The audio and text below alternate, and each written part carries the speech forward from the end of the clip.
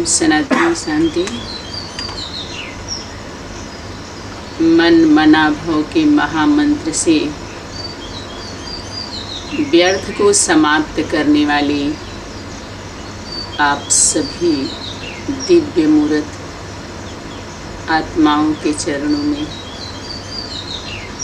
नमन, वंदन, अभिनंदन। दिल्ली त्रिमूर्ति हाउस केंद्रीय स्थान से आप सभी को ढेर सारा याद प्यार, नमस्ते, प्रणाम, वंदे मातरम।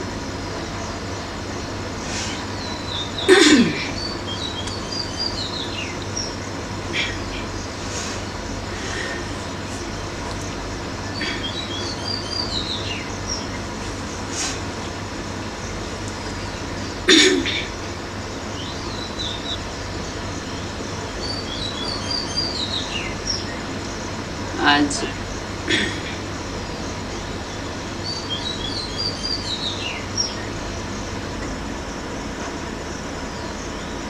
आप सभी के बीच में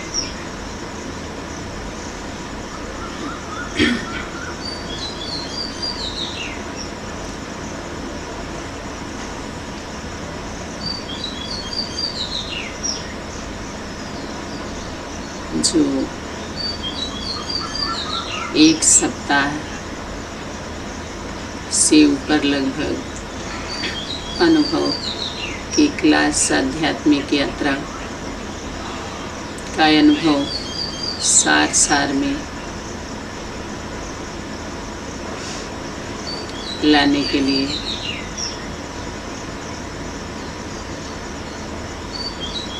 आप लोगों की सर्विस सरल सहज करने के लिए प्रकाश डाला गया, ताकि किसी भी विषय को लेकर के आप लोग लोड ना लें। अपने हिस्से का होमवर्क आप सभी खुद स्वयं करें। एक डायरी बनाइए, जब भी क्लास करते हैं तो कौन कौन से विषय पर किस क्लास में ज़्यादा प्रकाशित किया गया है उसको नोट करिए। और जो भी आपके सगे संबंधी और संपर्की हैं उनको सुनने के लिए दीजिए, अगर वो इच्छुक होते हैं तो। ये हम सभी की जिम्मेवारी है, चाहे वो अज्ञान मार्ग में ही क्यों ना हो। सभी तो अज्ञान मार्ग में ही हैं, भटके हुए होते हैं।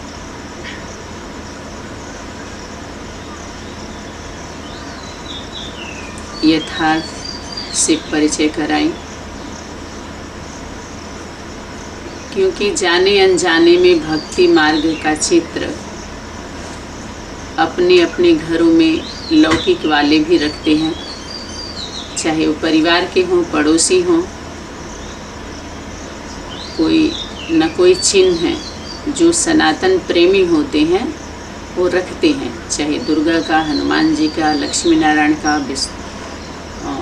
महाकाली का, शंकर पार्वती जी का, कृष्ण का, राधे का, किसी न किसी देवी या देवता। माना या तो चित्र होगा रचयिता का, माना माता पिता, या उनकी रचना कार्य करता है। संगम पर वर्ष के अधिकारी, राज्य अधिकारी, या कुछ नहीं तो सहयोगी बनते हैं। धर्म की रक्षा अर्थात माता पिता के रावण की दुनिया में जब धर्म की स्थापना होती है तो जो भी धर्म की ओढ़नी ओढ़ करके कारोबार कर रहे होते हैं तो विरोध करते हैं, उसको स्थायी नहीं होने देना चाहते। स्थापना के कार्य में सहयोग के लिए आगे नहीं आते।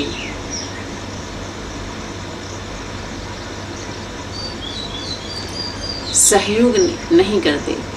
जिस सहयोग की ज़रूरत होती है, कहने के लिए तो कहेंगे सभी लोग जाने अनजाने में कि हाँ धर्म का रक्षा करिए, धर्म आपका रक्षा करेगा। तो धर्म क्या है? धर्म का स्वरूप क्या है? वो हमारे आदि माता पिता हैं, परम पिता परमात्मा हैं। वो हर एक उस दो को जीवन में धारण करे, सत्य को, वो धर्म है। उस सत्य स्वरूप को अपने जीवन में गुरु सद्गुरु को धारण करना, सहयोग के लिए आगे आना। तो बहुत कम आत्माएं, मुट्ठी भर, जो कल्प वृक्ष में राइटियस दिखाया हुआ है, कल्प वृक्ष के झाड़ में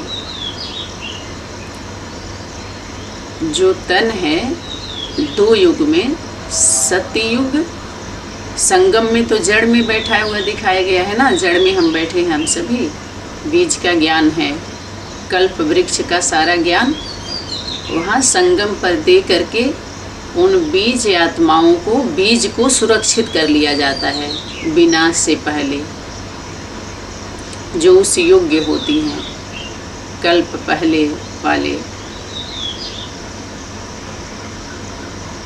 स्टोर कर लिया जाता है। उनके स्टोरी को जागृत कर दिया जाता है, चार्ज भी किया जाता है और रिचार्ज भी किया जाता है। उनकी बैटरी, आत्मा की बैटरी को चार्ज नहीं कर सकती, उसके लिए परम पिता परमात्मा चाहिए, हमसे परम चाहिए। और जितना आप श्रीमत पर चलेंगे, उनकी मत को, जो सुपर है, सुपर स्टार की स्टोरी, जो 5 स्टार है या छोटे छोटे स्टार है, तो वो बहुत माता पिता के वो नज़दीक रहते हैं, उनकी स्टोरी अलग होती है। सुपर स्टार के मेमोरी में अलग होता है। वो माता पिता के प्रति उनकी बुद्धि, जो वारिस क्वालिटी की होती हैं, जिनके अंदर वो क्वालिटी होती है, वो समर्पित बुद्धि होती हैं। उनको सरेंडर की बात उनके लिए नहीं है। इसलिए वाणी में इशारा था कि सरेंडर की परिभाषा बहुत ही गूढ़ है, जो आगे चल कर के बतावेंगे। जो अनन्य बच्चे हैं,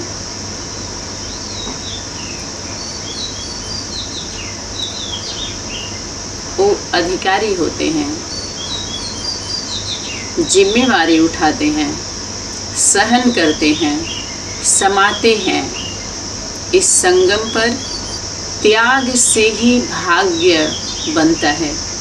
एक होता है हम कर्मों से पुरुषार्थ करके हासिल करते हैं, जिसको बाप दादा ने बताया, मेहनत करते हैं तो कुछ मजदूरी तो मिलती है ना।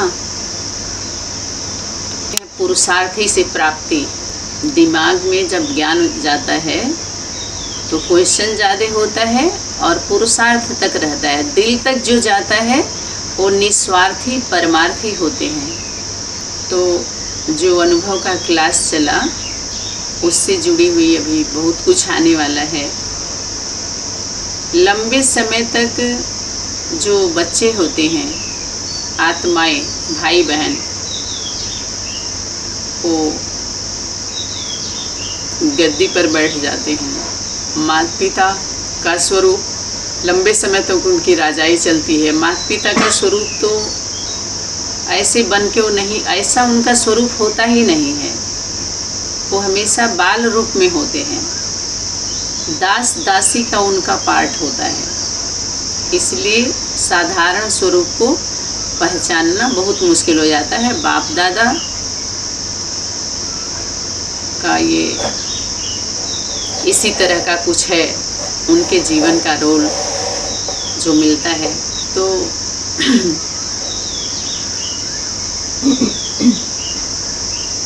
बाल रूप में जब यात्रा होती है तो अमृत नहीं निकलता। मंथन करते करते करते करते क्या होता है, बहुत कचरा आता है पहले, उसके बाद धीरे धीरे कितने रत्न बताते हैं, 14 कितना रत्न निकला, फिर ऐसे ऐसे चारों तरफ अपना दिया गया, फिर बाद में अमृत आता है और युद्ध छिड़ जाता है। अमृत के अधिकारी सब नहीं होते अमृत पीने के लिए। बाहरी दुनिया में जो विश्व कल्याणकारी सनातनी गीता पाठशाला के जो क्लासेस कुछ खास वायरल हो रहे हैं, पहले भी हुए, तो कोई अमृत नहीं था, वो न अमृत कि उससे जो है इस प्रकार से बांटा जाता है। मूढ़ मति के आगे रत्नों को नहीं बिखेरा जाता, वो बाप दादा बचा के रखते हैं। कारण या कारणे अगर कहीं किसी को मिल भी जाता है तो उनके जीवन में पत्थर हो जाता है वो। ये बहुत सूक्ष्म विद्या है। जैसे हम सभी नहीं बोलते हैं, अगर कोई स्थूल धन ऐसे ले लेता है तो कहते हैं ले जाओ तुम्हारे काम में नहीं आएगा, हमारे ऐसे नहीं बोलते हैं। ऐसे ही सरलता से समर्पणता से अगर हम विद्या को अर्जित नहीं करते हैं, ग्रहण नहीं करते हैं, तो हमारे जीवन में अमरत्वता नहीं आती है, वो हीरे मोती नहीं बनते। एक एक अमूल्य रतन जो करोड़ों का है, करोड़ों में ट्रांसफर नहीं होता। पुरुषार्थी बन करके कभी भी गुरु सतगुरु के संबंध में नहीं रहना चाहिए। परमार्थी परम अर्थ निस्वार्थी बन करके प्राप्त करना चाहिए, बहुत ज़्यादा मिलेगा। पहले प्राप्ति की इच्छा नहीं रखनी चाहिए। यही ज्ञान रतन करोड़ों में ट्रांसफर होने वाले हैं, दिखाई थोड़े ही दे रहे हैं। अपनी बुद्धि रूपी झोली में जितना भरते जाएंगे, समाते जाएंगे, श्रेष्ठ कर्मों का पुण्य अर्जित करते जाएंगे, तो पिता श्री के द्वारा गीता माता को गीता ज्ञान दिया जाता है। गीता को सार बताया जाता है। जब चारों तरफ से अटैक होता है विरोधी पार्टियों के द्वारा, जो लंबे समय तक परिवार के भांति बन के रही, अंग संग में रहने वाली, जब इस तरह का उनके द्वारा पाठ बजता है, तब पिता श्री के द्वारा समझाया जाता है कि आप क्या लेकर के आए थे, ये अथॉरिटी किसको है, आप क्या लेकर के आए थे। आप टीवी पर, चैनलों पर, फेसबुकों पर आप सुनते आते होंगे गीता सार, गीता सार, गीता का सार। हे अर्जुन, तुम क्या लेकर आए थे, क्या लेकर जाओगे, आदि आदि। और युद्ध के मैदान में जब महाभारी महाभारत युद्ध छिड़ गया, बाहरी दुनिया में भी और अपने आध्यात्मिक दुनिया में भी, सभी स्थानों पर धार्मिक कहलाने जाने वाले सब जगह युद्ध का माहौल बना हुआ है। उस केंद्र बिंदु पर ला करके और उसको बिंदु बनाया जाता है, और लौकिक अलौकिक दुनिया से उसका क्या हो जाता है, मोह। इस प्रकार का मोह जो कमज़ोर करता है, यथार्थ को समझने नहीं देता, आगे बढ़ने नहीं देता, जो हमारे आत्मबल मनोबल को कमज़ोर करता है, उस सब से उसको नष्ट मोहा बनना पड़ता है और यथार्थ को प्रथम स्थान देना पड़ता है, आगे करना पड़ता है कि जो कुछ भी है सब तो बाप का है, आपका थोड़े ही है। युगल मूर्त में तो आप और बाप हो ना। लौकिक और अलौकिक संबंधियों को डाइवोर्स दे दिया है ना। जो कुछ भी हम लिए हैं, अगर दैहिक संबंधों में हम जाते हैं, लौकिक या अलौकिक, नेचुरली बुद्धि जाती है। चाहे हमारा पुरुषार्थी जीवन हो, स्वार्थी जीवन हो, चाहे परमार्थी जीवन हो, वहाँ से भी हमें एक समय आता है जो वाणी में इशारा था कि लोहे की जंजीर तोड़ने में समय नहीं लगा, बहुत जल्दी टूट गया, जिसको हम लौकिक संबंधों से संबोधित करते हैं। उसके बाद जब हम अलौकिक में जाते हैं तो यहाँ पर चांदी की जंजीर, सोने की जंजीर दिखाई देती है। होती नहीं है, वो कीमती होता है, कास्टली होता है, तो उसको तोड़ने में थोड़ा सा, लेकिन उनको उसको भी तोड़ना पड़ता है।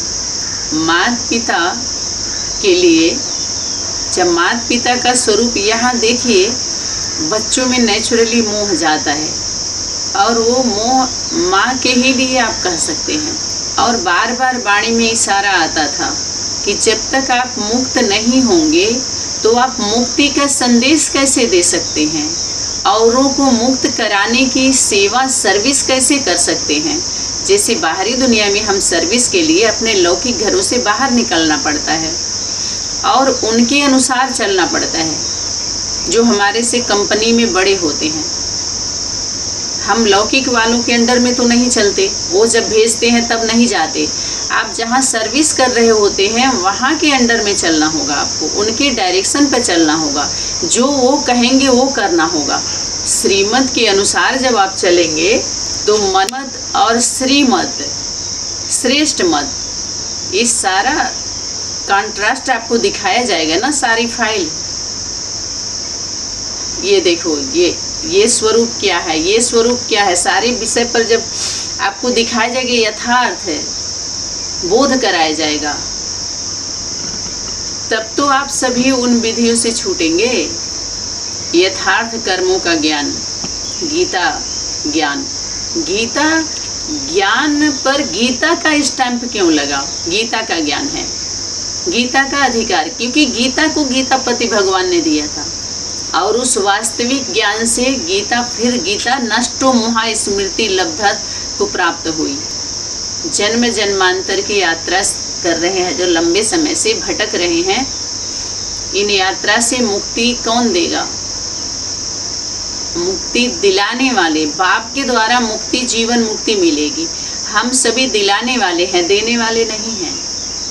चाहे आप पुरुषार्थी, अपने जीवन को पुरुषार्थी बना करके आप सर्विस करिए, चाहे एक जिम्मेवारी का ताज धारण करके सर्विस, सेवा, सहयोग में शामिल होइए। प्राप्ति सब में है यथाशक्ति। तो आप क्या लेकर के आए थे? जो कुछ लिया यहीं से लिया, क्योंकि आप अगर दे दिए हो सब कुछ बाप को, तो जो है वो बाप का है, आपका नहीं है। इसलिए आप उस पर न चिंता कर सकते हैं न चिंतन कर सकते हैं, जो कहा जाए वही कर सकते हैं।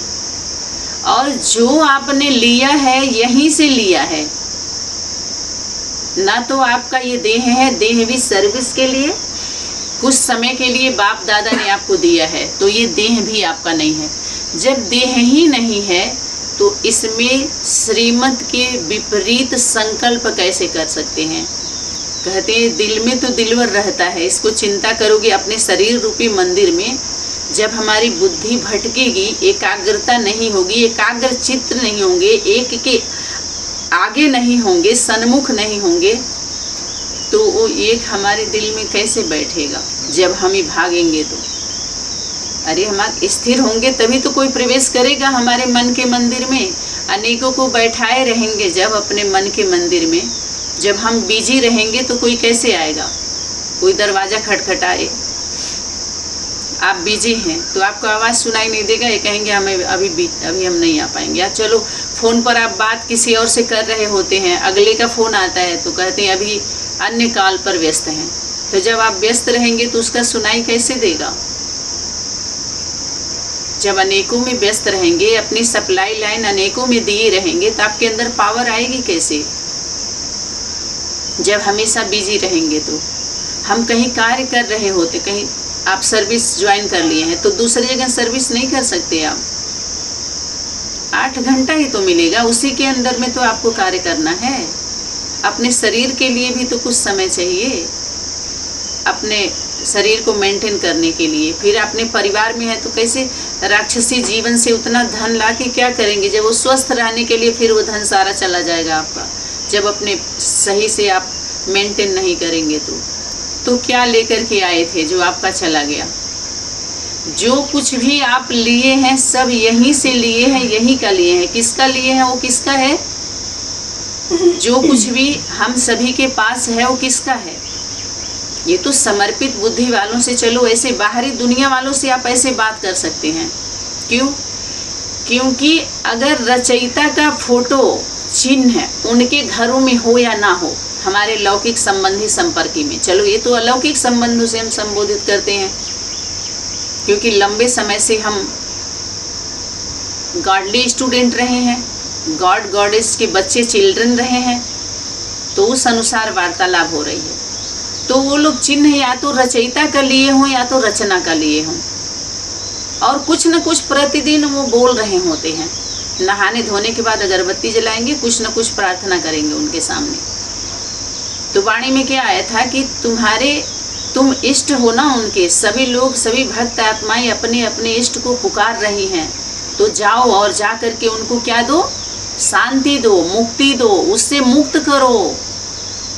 स्पष्ट बोलो कि इससे मुक्त होना चाहते हो तो आप तो समर्पित कर चुके हो कि तुम हमारे माता पिता और हम बालक तेरे हैं।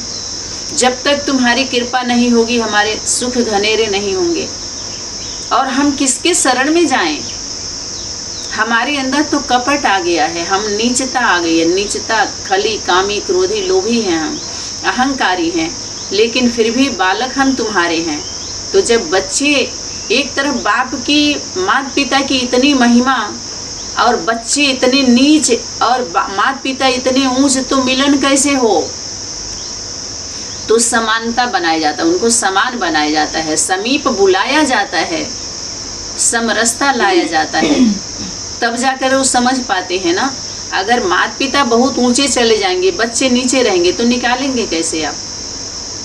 क्या एक दूसरे की आवाज़ सुनाई देगी? आप 5वीं मंजिल पर रहिए और एक लोग नीचे रहें, सुनने वाले, एक श्रोता, चलिए श्रोता लोग नीचे रहें और वक्ता 5वीं मंजिल पर है, तो कितना सुनेगा? इसलिए लाउड स्पीकर का हम सहारा लेते हैं ताकि आवाज़ अच्छे से पहुंच जा सके।